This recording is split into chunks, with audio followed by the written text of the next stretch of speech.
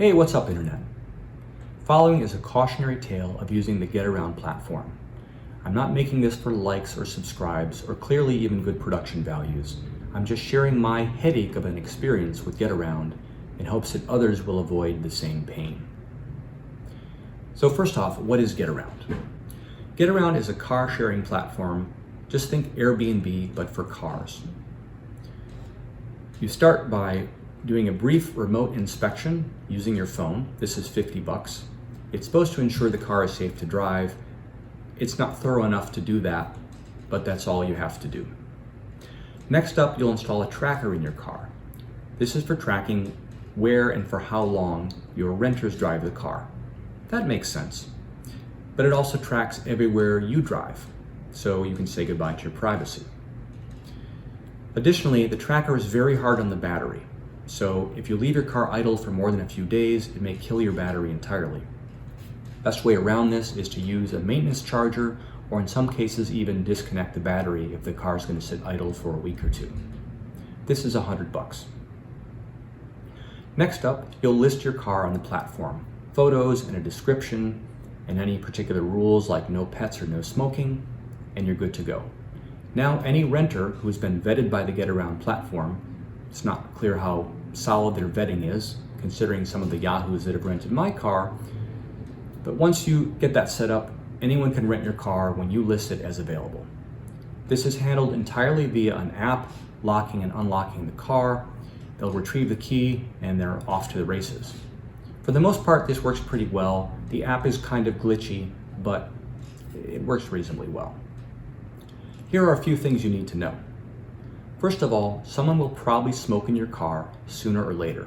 It doesn't matter that you have a sticker on the glove box saying no smoking, or that it explicitly says no smoking in your profile. Someone will smoke in your car. If they smoke just a little bit, you can probably hit it with some osium spray. You'll be good to go.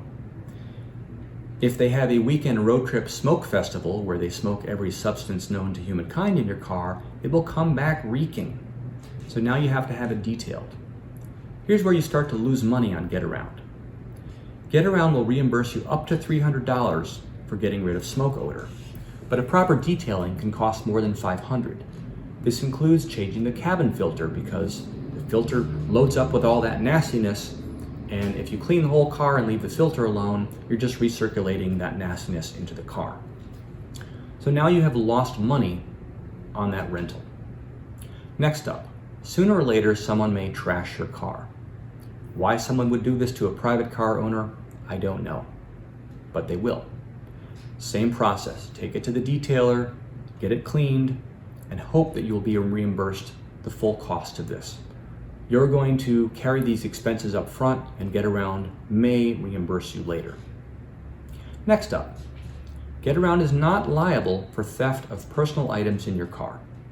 Now, if you leave an Xbox or expensive handbags in the back seat, that's stupid. But I had renters who stole my emergency supplies, like a winter coat and boots and other things that you might need in a snowstorm. When I complained to Getaround, they pointed me to their terms of service, which they're very fond of doing, saying they don't cover personal items. Now granted, I kind of get the point because you could claim you had anything in your car and that your renter stole it and you want your money back, but there must be some middle ground here. Unfortunately, they are not liable, so the best you can do is fill a duffel bag with your emergency stuff and bring it to and from the car when you need to drive the car. Next up, crashes. Someone may crash or total your car, and Getaround has a process to deal with this. You're not liable, Getaround is going to take care of it, but they do a really poor job of handling it. Body shops may not want to work with Getaround because they're so slow to pay. And your car may sit idle while it gets an estimate, and then you're waiting for the body shop, which may be behind, or while they're finding a body shop. The whole process could take weeks or even months. Meanwhile, you're without a car, you're without revenue, but you're still paying expenses on this car. In my case, the car was totaled by a renter. I wasn't mad at the renter, but Getaround's process stinks. Eventually, the car gets to a claims adjuster and they tell you how much they're going to reimburse you for it. This amount may or may not match the amount you have invested in the car. Let's say you have a car that's you're $12,000 in, and Getaround says they'll give you 10. You've just lost $2,000. Now, granted, this could happen if it were your car and you crashed it or someone else ran into you while you were driving it, but it feels a little different when you put it on the platform, someone else wrecks it through no fault of your own, you weren't even there, and now you're out $2,000 because of the mismatch in numbers. Additionally, as I said, Getaround is known for being really slow to pay.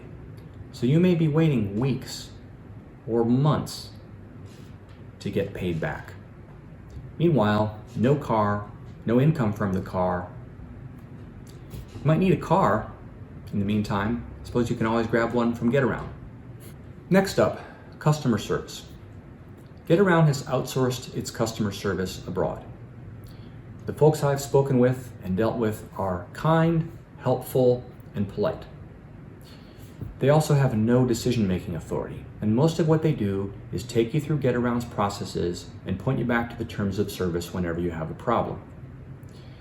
Their customer service is incredibly disjointed. There's phone, there's email, there's text, there's this person, there's this other person, there's this ticket, there's that ticket, there's another ticketing system for this. Claims have a different email, but you can't call them, and on it goes. It's very, very hard to reach anyone to Getaround in a position of authority. Believe me, I've tried. I ended up reaching out to someone at their Paris office because I found their email. Did things get settled properly? Still, no. Here's a quick fix for Getaround. I'm offering this for free. You want to make this work for people? Give every host a dedicated team of 3 or 4 people. Why not just one? Because people need to eat and take breaks from work. But if you set up that team that's available 24/7, anytime the host has a problem, they have a single point of contact. This will work so much better. I don't think they're going to do it because this probably costs more. In closing, I'd like to say a couple things. First of all, in theory, a car sharing platform like Getaround is a phenomenal idea. Private vehicles represent enormous unused capacity. If you're not a delivery driver or driving for Uber, your car is probably sitting idle like 90 or 95% of the day. But you have fixed costs that you have to pay every month associated with that car. Why not rent it out to other people in the community or someone coming to visit for the weekend? It makes sense in theory. It's a great idea. Unfortunately, the execution stinks. I also want to add, if you're thinking about going forward with listing your car despite all I've shared, do some research. Check Better Business Bureau reviews and complaints. Check Trustpilot. Check Reddit. Check YouTube. And most importantly, read the terms of service. They're boring AF. It's like reading a EULA for software. But there's a lot of stuff in there that you need to know, and I didn't read them. And if I'd really read them, if I'd read through that painfully long list of terms and exclusions and all that, I might have said, this isn't very good, and maybe I wouldn't have listed my car at all. Signing off from Portland, Oregon,